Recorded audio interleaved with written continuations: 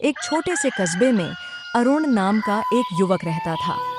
उसके माता पिता का निधन उसके बचपन में ही हो गया था, जिससे वह बिल्कुल अकेला पड़ गया। उसके पास न कोई सहारा था और न ही जमीन जायदाद। वह एक टूटी फूटी झोपड़ी में जीवन यापन करता था। कस्बे के मुखिया सत्यप्रकाश चौधरी बहुत दयालु व्यक्ति थे। उन्होंने अरुण की हालत देखकर उसे अपने यहाँ काम पर रख लिया और रहने के लिए एक अलग झोपड़ी भी दे दी। समय बीतता गया और अरुण बड़ा हो गया। वह आज भी मुखिया के यहाँ काम करता था और मुखिया को उस पर बहुत विश्वास था।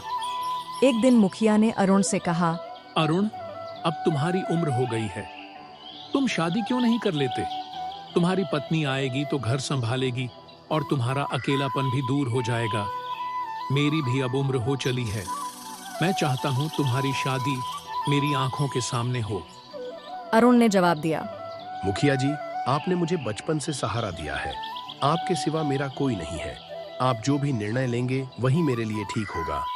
मुखिया ने कहा, तो ठीक है, मैंने तुम्हारे लिए एक अच्छी लड़की देख रखी है और शादी का खर्चा मैं उठाऊंगा। आखिर तुम मेरे लिए बेटे समान हो। मुखिया का बेटा विक्रम ये सब सुन रहा था। गुस्से में वह बोला, पिताजी, आप उसके लिए इतना सब क्यों कर रहे हैं? वह हमारा नौकर है। नौकर को सिर पर चढ़ाना ठीक नहीं। आप उसकी शादी कराएंगे तो वह और बिगड़ जाएगा।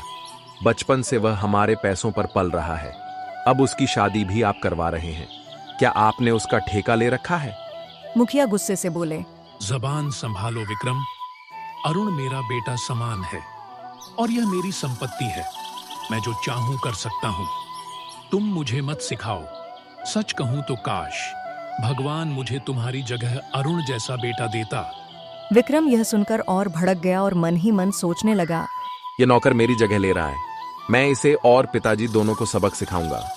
कुछ ही समय बाद मुखिया ने अरुण की शादी सरिता नाम की लड़की से करा दी। शादी के बाद अरुण की जिंदगी और बेहतर हो गई। वह सरिता से बोला, तुम्हारे आने से मेरा अकेलापन दूर हो गया है। यह सब मेरे मालिक की वजह से संभव हुआ है। वह मेरे लिए भगवान से कम नहीं। कुछ दिन बाद विक्रम ने अपने पिताजी से 15,000 रुपए मांगे। मुखिया समझ गए कि यह पैसे जुए और नशे में उड़ाने के लिए हैं।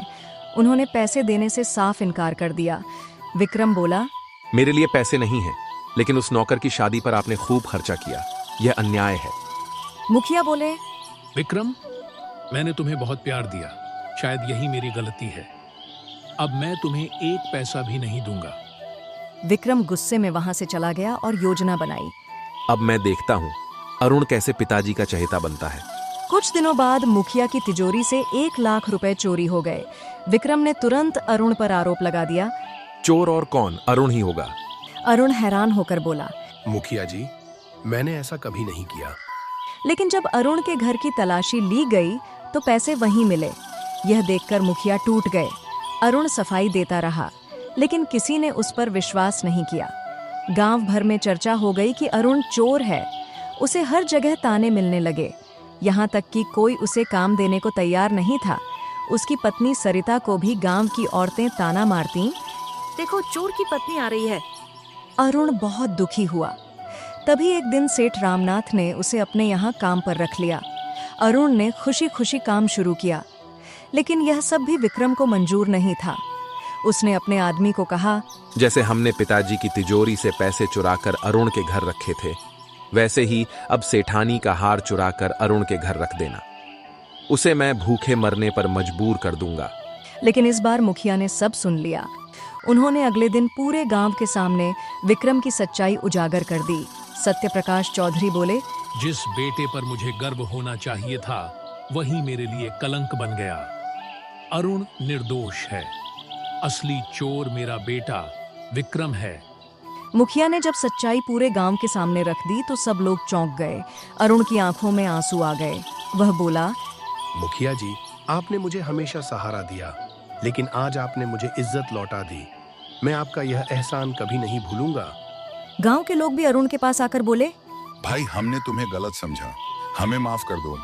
सरिता ने गर्व से अरुण का हाथ थामा और बोली, देखा, सच्चाई कभी न कभी सामने आ ही जाती है।